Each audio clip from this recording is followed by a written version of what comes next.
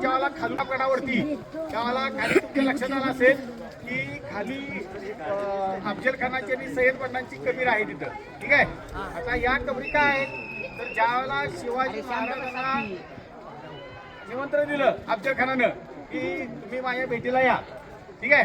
त्यावेळेला शिवाजी महाराज भेटीला येत असताना शिवाजी महाराजांनी काय केलेलं होतं की स्वतःच्या संरक्षणासाठी चिलखत घातलेलं होतं आणि हातामध्ये वाघ नख्या होत्या.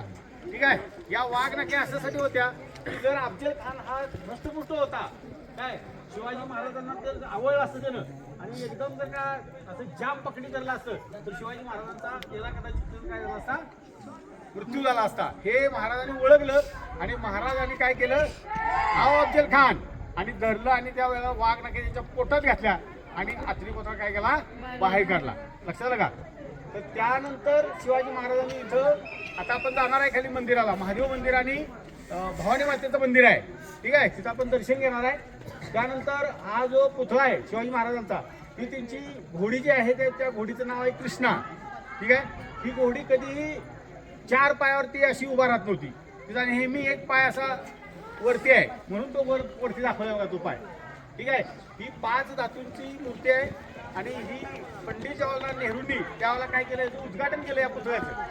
त्यावेळेला यशवंतराव चव्हाण साहेब मुख्यमंत्री होते, बाळासाहेब देसाई साहेब बांधकाम मंत्री होते. पण महाराष्ट्राचा उद्देश असा होता की त्यावेळेला मुंबई महाराष्ट्रापासून वेगळी करण्याचा डाव त्यावेळेला नेहरूंचा होता. ठीक आहे. हे महाराष्ट्राच्या जनतेने ओळखलं आणि त्यावेळेला जरी चव्हाण साहेब मुख्यमंत्री असले तरी मुख्यमंत्र्यांनी सांगितलं की आपल्या हितासाठी मुंबई महाराष्ट्राची राहिली पाहिजे आणि म्हणून पंडित नेहरूंना पण त्यावेळेला काळे झेंडे दाखवले जनतेने. ठीक आहे. मग त्यावेळेला घोषणा केली की नाही मुंबई ही महाराष्ट्राची राहील. लक्षात ठेवा मुंबई आणि ही आर्थिक राजधानी आहे देशाची. लक्षात का. म्हणून महाराष्ट्र एवढा सुजलाम आणि सुफलाम आहे.